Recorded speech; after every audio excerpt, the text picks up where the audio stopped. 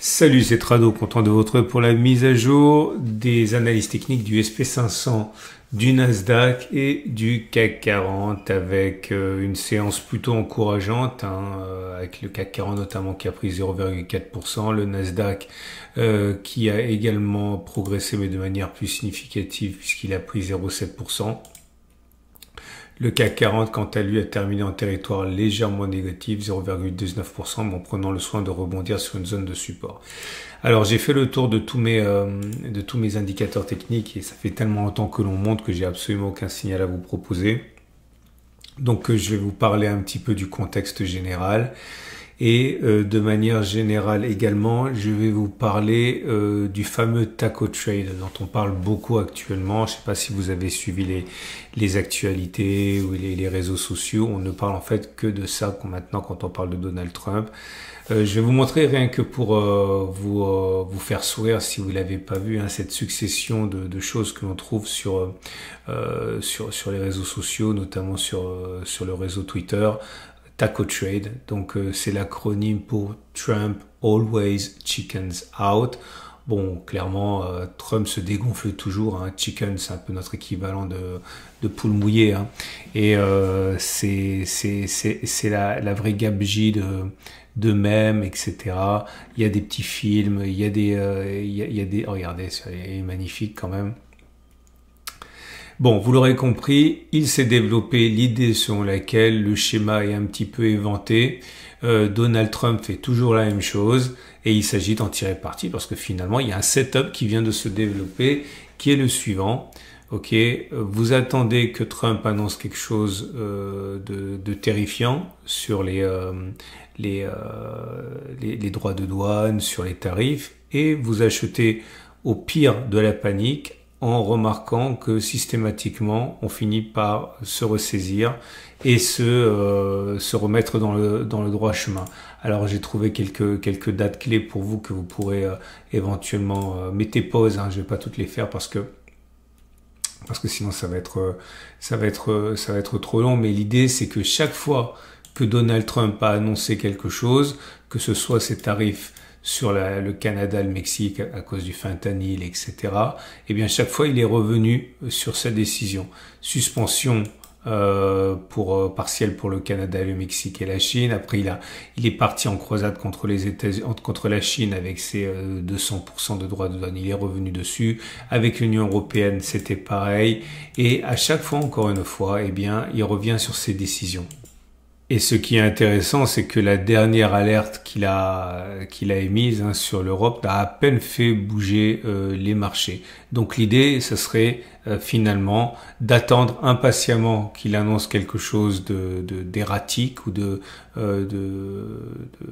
d'exagéré et attendre que le marché panique et acheter à ce moment-là. C'est un setup comme un autre. Bon, bien sûr, c'est un setup pas à la façon de celle qu'on a de travailler nous avec un stop loss, etc., etc. Mais éventuellement, ce que vous pourriez faire, c'est la prochaine fois qu'il annonce quelque chose de foufou, vous vous mettez en mode pré-achat, vous cherchez votre signal d'achat préféré et dès qu'il se déclenche, eh bien vous partez du principe en fait que il faut le prendre parce que ce qui s'est produit jusqu'à présent risque de se produire encore. Alors bien sûr, la question est de savoir si maintenant que Donald Trump a été échaudé par ça, il va pas par bravade finalement tenir ses promesses et mettre à exécution ses menaces. Mais vous l'aurez compris, c'est devenu maintenant un petit peu le bouffon de service au sens propre du terme, qui amuse la communauté et qui n'inquiète plus. On verra. En tout cas, ça serait compatible avec ce qu'on a vu. Je vous rappelle ce week-end sur les Commitment of Traders. Bon, je vais en parler rapidement, mais j'ai circonstancié ça dans la vidéo du week-end. Les hedge funds et les gestionnaires de fonds sont en train de revenir massivement à l'achat.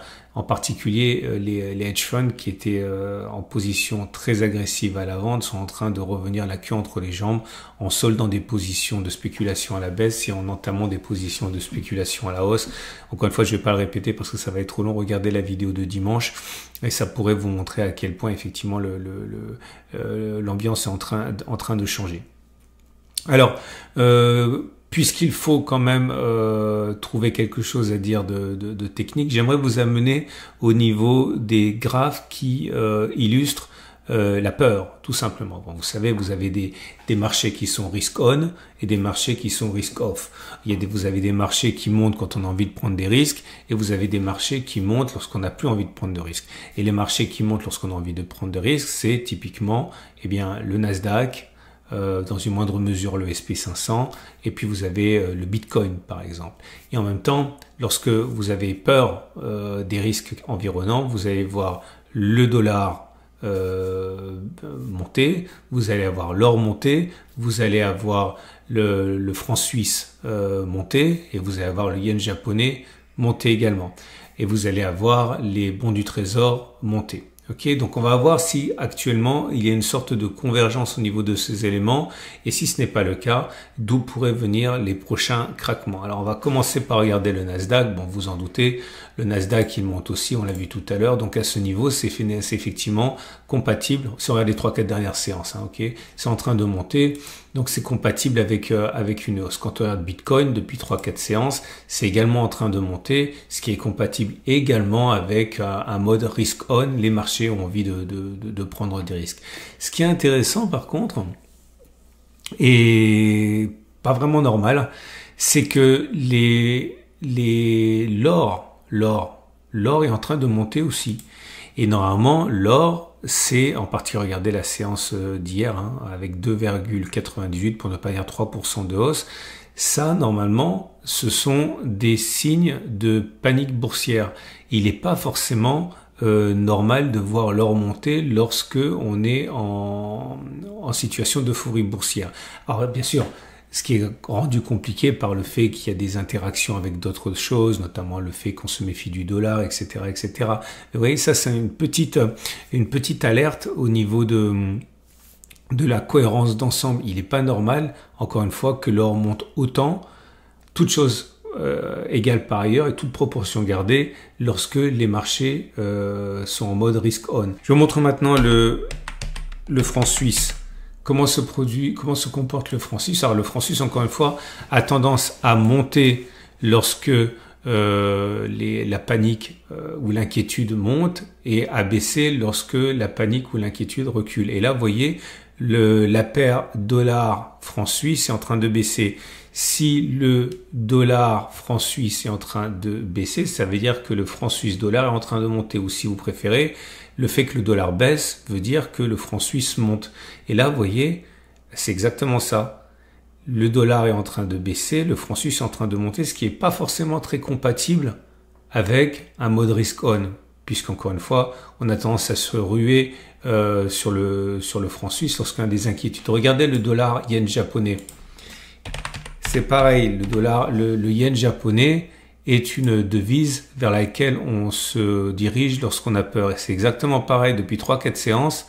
Le dollar baisse par rapport au yen, ou si vous préférez, le yen monte par rapport au dollar. C'est pas compatible non plus.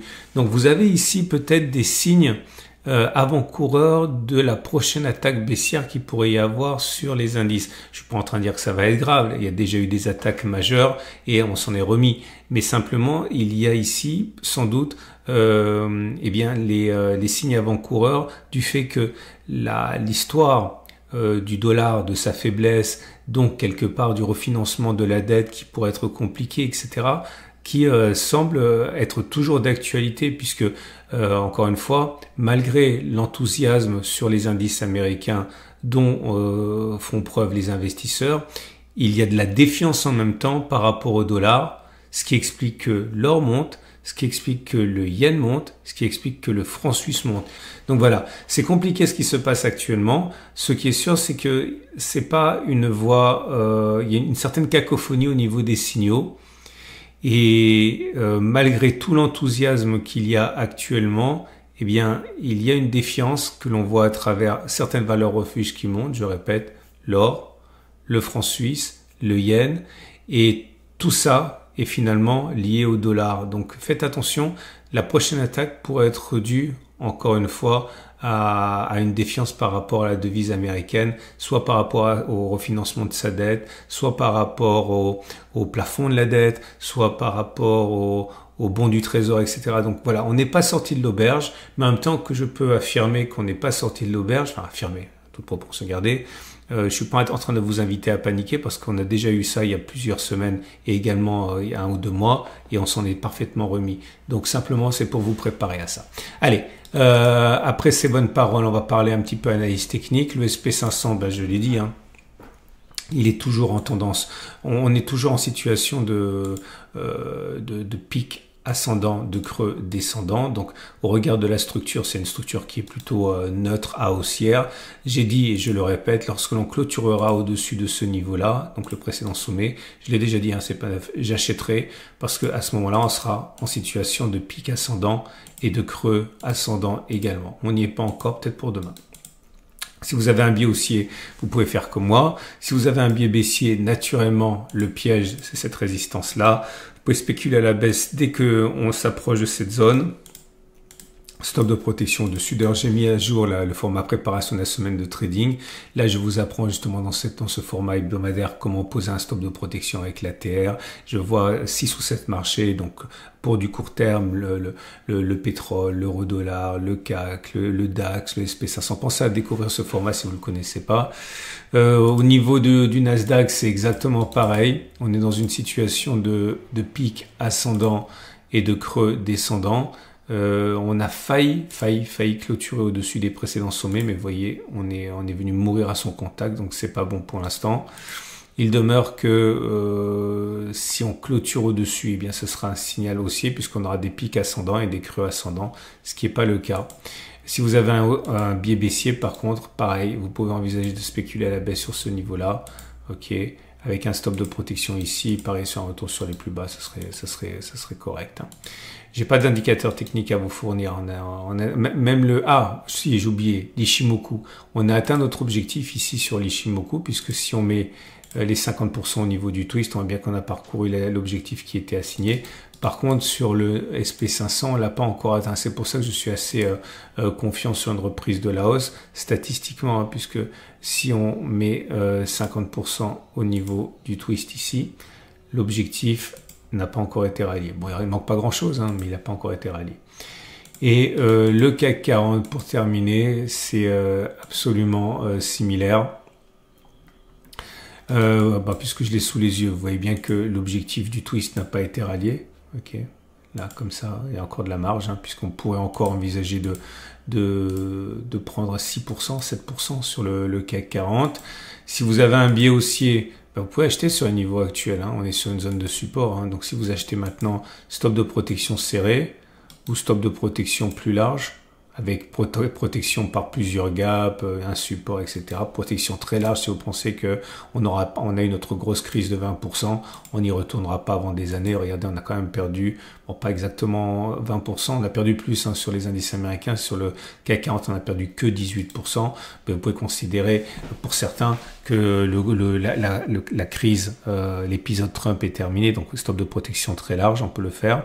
Et si vous avez un biais qui est baissier, vous êtes sur un niveau intéressant pour spéculer à la baisse, surtout si vous laissez les cours monter jusqu'ici. Stop de protection au-dessus, pareil sur la baisse pour combler quelques gaps. Hein. Quant à moi, malheureusement, vous le savez, hein, j'ai été sorti de mes trades. Donc le dernier trade, j'avais acheté ici TP1, TP2. Celui d'avant, c'était ici TP1, TP2, TP3, mais je l'ai dit, hein, mon prochain trade, c'est ça sur la SP500. Ok. Pourquoi? Tout simplement pour changer.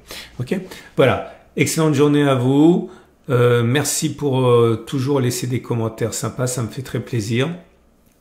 N'oubliez pas que vous avez tous les formats du week-end qui sont sortis, y compris la préparation de la semaine de trading. Si vous ne savez pas mettre un stop loss, regardez ce format-là. Puis bien sûr l'or, Bitcoin, etc. À demain pour la mise à jour.